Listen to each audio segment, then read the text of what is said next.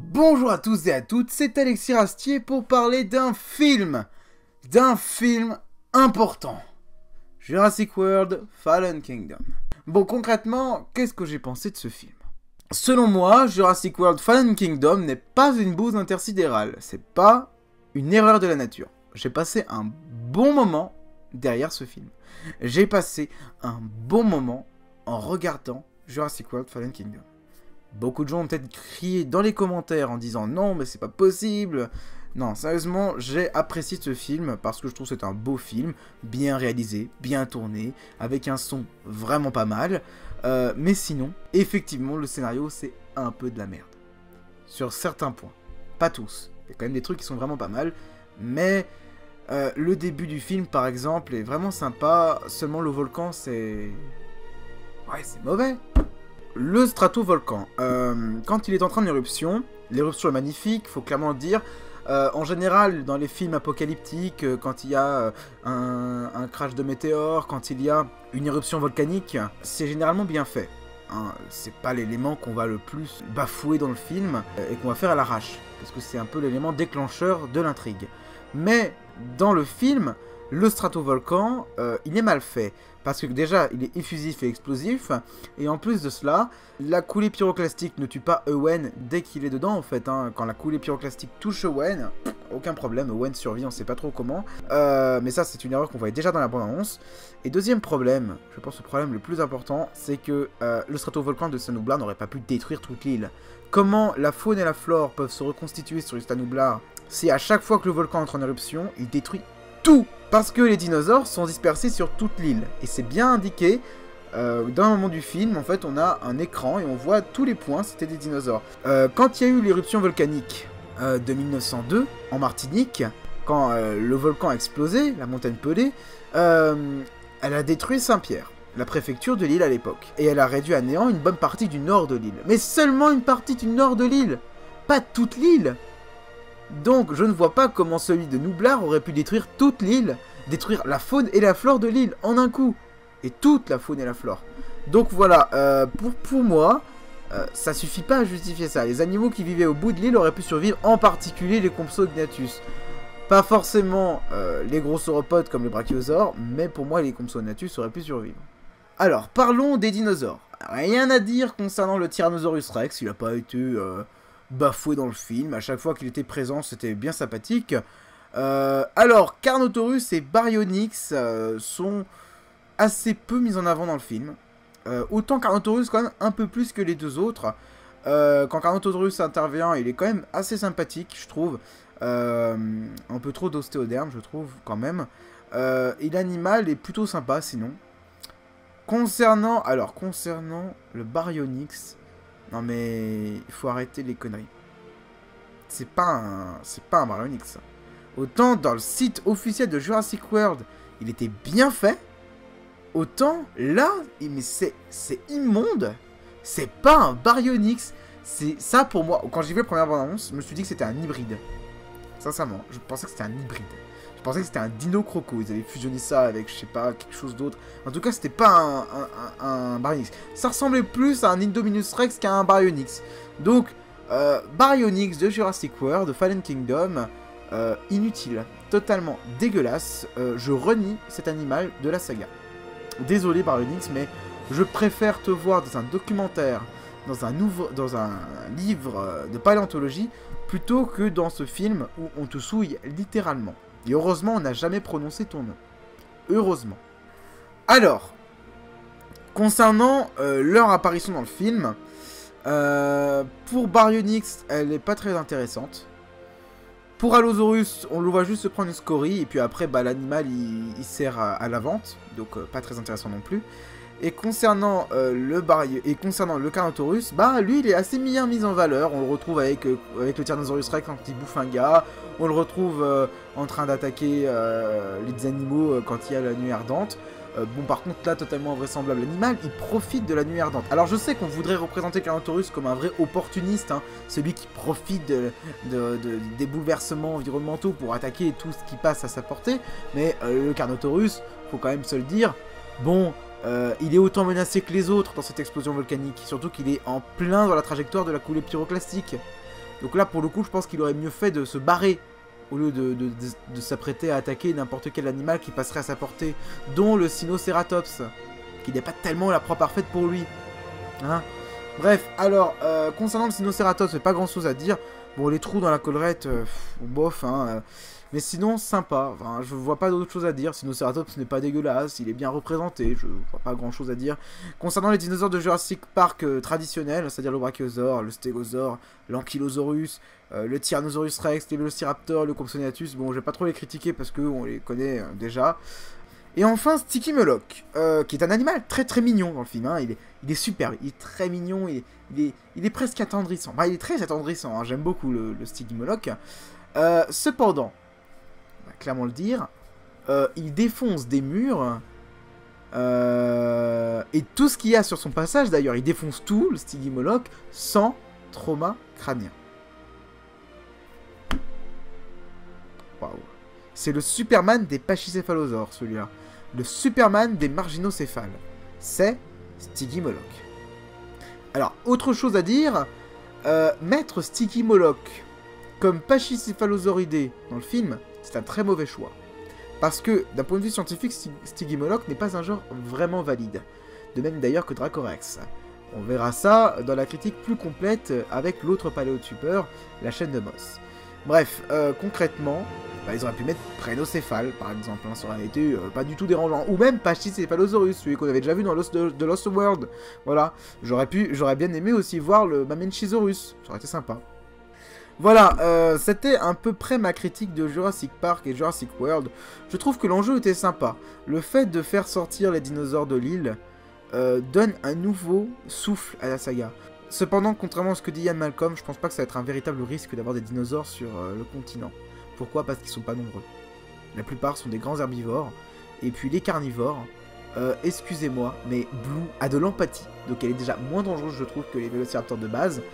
Et en plus de ça, hein, je tiens à le dire, la plupart sont déjà en fin de vie. Genre le Tyrannosaurus Rex est en fin de vie. Rexy, elle va pas tenir encore très très longtemps. Hein. Désolé de vous le dire. Donc, pour moi, les dinosaures de Jurassic World Fallen Kingdom, même s'ils sont sur le continent et qu'ils vont tuer peut-être précisément pas mal de gens, ne risquent pas d'être une grosse menace, tout simplement. Parce qu'ils ne sont pas suffisamment nombreux pour créer une nouvelle ère jurassique. Comme le dit si bien Ian Malcolm, le Jurassique, c'est pas une ère, c'est une période géologique. Même là-dedans, ils se sont trompés. Pour moi, c'est pas suffisant pour créer une ère jurassique. Ils sont pas suffisamment nombreux, puis même... les humains ont largement les moyens de les tuer, quoi. Tu voyez ce qu'a fait une balle à Blue, quasiment mort l'animal. Donc, non. Indoraptor n'était pas vraiment une si grande menace. Hein. Ils l'ont tué dans le film, seulement il a tenu toute la durée du film. Même pas. La moitié du film, il a duré, l'Indoraptor. Hein. Et après, il est mort. Empalé par les cornes du Triceratops qui ont été remontés de ouf. D'ailleurs, les cornes du Triceratops sont tellement dégueulasses par rapport même au crâne du Triceratops qu'ils ont sur l'île, quoi. Excusez-moi, mais ces cornes ne sont pas du tout réalistes, et ça a d'ailleurs été fait pour le scénario. Simplification scénaristique. La fille est particulièrement débile. Voilà. Elle sort des phrases qui ne devraient pas sortir de la bouche d'un enfant. Voilà. Et surtout, on en parlera plus dans la critique complète, hein, je ne veux pas trop dire de choses dans cette critique. Et surtout, mais alors, mon Dieu, dans la salle d'exposition, que vois-je? Un Dimétrodon. Oh! Alors, c'est une reconstitution de Dimétrodon qui est plutôt fidèle, plutôt bien faite, plutôt valide d'un point de vue scientifique. Cependant, alors, soit c'est un élément décoratif qui dit voilà, il y a un Dimétrodon, il représente le Paléozoïque, on l'a mis vite fait. Bon. Cependant, il n'y a que des dinosaures dans la salle d'exposition. C'est même pas un muséum, c'est une salle privée où on voit que des dinosaures. Ça veut donc dire qu'ils considèrent en soi le Dimétrodon comme un dinosaure? Ah bah si c'est le cas, je vais pratiquer un meurtre. Parce que là, c'est pas normal. Là, c'est totalement incohérent, ça n'a pas de sens. Le Dimétrodon n'est pas un dinosaure, combien de fois on va le dire? C'est juste... what the fuck de l'avoir dans le film. Donc, dans la salle d'exposition, surtout. Parce que, à la limite, on aurait pu le mettre dans le paysage de Jurassic Park, ça m'aurait fait mais un plaisir fou de voir un Dimétrodon. Moi, personnellement, fan des pédicosaures et des sphénacodontidés, je peux vous assurer que voir un Dimétrodon, ça aurait été génial. Bref, concrètement, là on l'a dans une seule disposition avec que des dinosaures. Pour moi, ils l'ont interprété comme étant un dinosaure. Et ça, c'est pas bien, pas du tout, vraiment dégueulasse. J'espère pas du tout que c'est ça. J'espère que c'est juste parce qu'ils voulaient mettre de la décoration. Ils vont trouver que, oh, il est sympa avec sa voleur dorsale, on va le mettre là. J'espère que c'est ça, que c'est pas genre, c'est un dinosaure donc on va le mettre là. Parce que sinon, c'est dégueulasse, clairement. Bref, bon, c'est à peu près tout pour la critique du film. Je vais pas dire plus que ça, pour pas trop spoiler, j'ai juste parlé des dinosaures en général. Le mosasaure, toujours aussi gigantesque. Donc le mosasaure s'apprête à s'échouer sur l'île, sur le continent, peu importe, je sais pas trop s'ils vont se faire Hawaï ou une autre île des 5 morts. J'en ai aucune idée, ou alors sur la côte américaine, j'en ai aucune idée. Bref, concrètement, il s'apprête à s'échouer sur le continent. Ou sur l'île. Oh, vous me faites chier, bref, sur une plage. Parce qu'il s'attaque à des surfeurs qui sont près du rivage. Près du littoral. L'animal, qui fait plus de 60 mètres de long, s'attaque à des surfeurs. Déjà, c'est des amuse-gueules pour lui. Enfin, trouve-toi une baleine à bouffer, pas des petits surfeurs. C'est inintéressant pour lui. D'un point de vue nutritif, c'est que dalle, un être humain. En plus de ça, mais alors excusez-moi, il se met en danger. Il s'apprête à s'échouer quand même, hein. Il est juste à côté du littoral. Et vu sa taille, sincèrement, et vu la vague qui le pousse vers la plage... Sincèrement, il risque la mort quand même. Hein. Donc, un peu con, un peu incohérent cette scène. Ah oui, c'est vrai. Je vais paraître un petit peu chiant, mais sincèrement, vous me faites chier avec l'anthropomorphisme, sincèrement. Parce que, dans ce film, il y en a beaucoup trop. Mais il y en a partout, en fait. Il y a partout de l'anthropomorphisme. Autant l'Indoraptor, il est vendu, presque comme un être humain, le machin. Il réagit comme un humain. Il est sadique et psychopathe, c'est un être humain, l'Indoraptor en soi. Il fonctionne intellectuellement comme un être humain. Et pareil, le Vélociraptor, bordel de merde, réagit comme un être humain. Alors je veux bien qu'elle est exceptionnelle, qu'elle éprouve de l'empathie, mais alors là, c'est une description de la psychologie humaine que vous me faites. C'est un être humain, le Vélociraptor camouflé, hein, avec la morphologie d'un raptor de Jurassic World et de Jurassic Park, mais c'est un être humain. Voilà. Donc dommage, encore une fois, l'anthropomorphisme beaucoup trop présent. Déjà très présent dans Jurassic World. D'ailleurs, petite incohérence, si Blue émet de l'empathie, si Blue est aussi fidèle à Owen, pourquoi, de base, elle a voulu rejoindre l'Indominus Rex dans Jurassic World? Donc là, il y a une double incohérence. Déjà, pourquoi le Vélociraptor, quand il voit qu'il y a Owen, il va rejoindre Owen alors qu'il était déjà du camp d'Indominus Rex? Et pourquoi, de base, il a rejoint Indominus Rex s'il est aussi lié à Owen de Grady et s'il a de l'empathie? S'il veut vraiment, mais alors vraiment, rester auprès de Owen. Parce qu'il aime Owen. Parce qu'elle aime Owen. Il y a de l'incohérence quand même. Il y a une double incohérence, vous voyez. Dans le règne animal, ça ne se fait pas de quitter une meute comme ça parce que... Bah, je l'aime plus. Parce qu'il est un peu dangereux pour moi. Cependant, tu tranches pas avec le plus faible. Tu tranches avec le plus fort. C'est en général ça, ce qui se passe dans les différents écosystèmes que nous connaissons aujourd'hui. Voilà, donc ça, incohérence quand elle revient du côté de Owen, et incohérence d'un point de vue cognitif, puisque le Vélociraptor de Jurassic World réfléchit comme un être humain. Elle réfléchit comme Owen, presque. Et elle adore et elle aime Owen.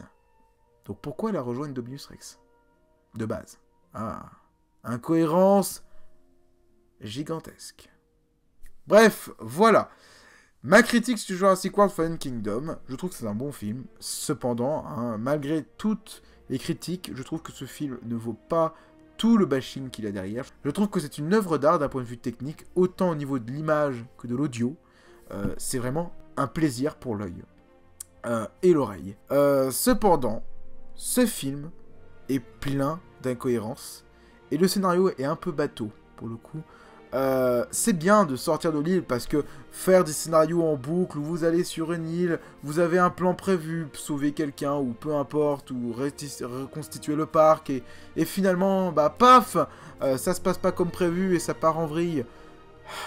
Ça c'est du déjà vu, ça sert à rien de faire 5 Jurassic World, 5 Jurassic Park.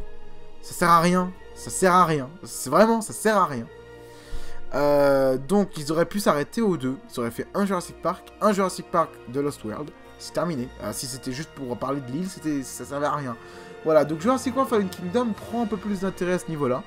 Parce qu'il met les dinosaures sur le continent. Je ne sais pas du tout ce qu'ils feront dans la suite du film. S'ils vont mettre plus d'enjeux, il faudrait vraiment beaucoup plus d'animaux et des hybrides. Je suis désolé de le dire. clairement désolé, mais s'ils veulent causer l'extinction de l'humanité, eh bien il faudra plus que ça. Parce que les humains, ils ont des bombes atomiques, ils ont des missiles, ils ont des canons, ils ont plus de 7 milliards d'individus. Et les dinosaures, eh bien il n'y a que 11 espèces, réparties sur à peu près cinquantaine d'individus. Donc, voilà. Voilà, c'est la fin de cette critique, j'espère qu'elle vous aura plu. On se retrouve pour une critique bien plus complète avec la chaîne de Moss. Sur ce, à la prochaine, pour la vidéo sur les reptilomorphes.